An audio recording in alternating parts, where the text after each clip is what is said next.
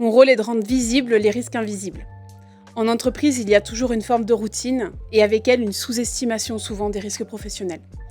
Mon travail va consister à objectiver la situation, poser un diagnostic clair et surtout à bâtir des actions concrètes et pertinentes.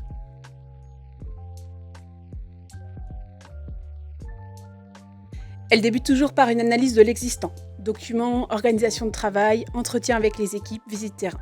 Il est essentiel d'avoir une vision complète, côté technique, côté organisationnel et également côté humain. Ensuite, on va hiérarchiser les risques selon leur criticité, leur fréquence et leur impact potentiel.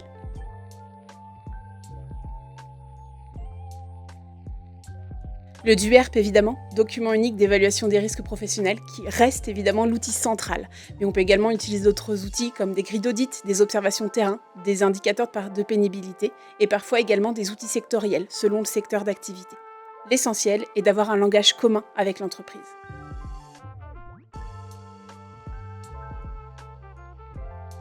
Les entreprises doivent identifier et évaluer tous leurs risques. Tenir un DUERP à jour, document unique, nommer certains référents, comme le référent harcèlement ou incendie, former les salariés, assurer le suivi individuel de santé ou encore mettre en œuvre des plans d'action. Beaucoup l'ignorent ou le font de façon partielle, ce qui les expose légalement et économiquement.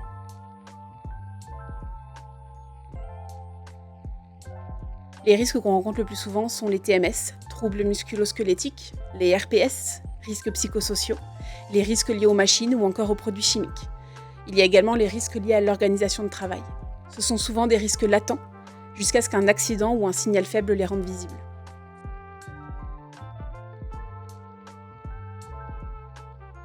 Notre intervention va structurer la prévention. Elle va responsabiliser les managers et sécuriser les salariés. Elle peut aussi améliorer la relation avec l'inspection du travail. C'est aussi un levier de dialogue social très puissant.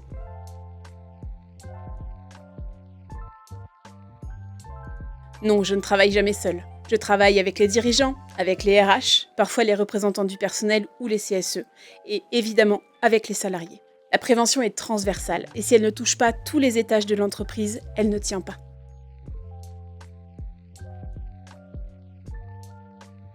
Sur le terrain, le plus dur, c'est de faire passer l'idée que la prévention n'est pas une contrainte, mais une opportunité. Il faut casser cette idée selon laquelle les accidents sont une fatalité.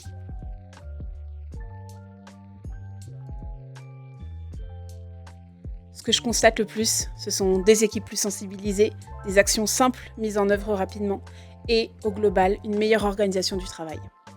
Et surtout, une entreprise qui reprend la main sur sa conformité réglementaire.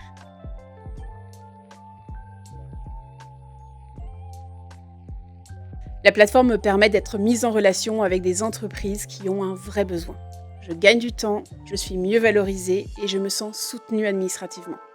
Pour moi, c'est un accélérateur de missions sérieuses.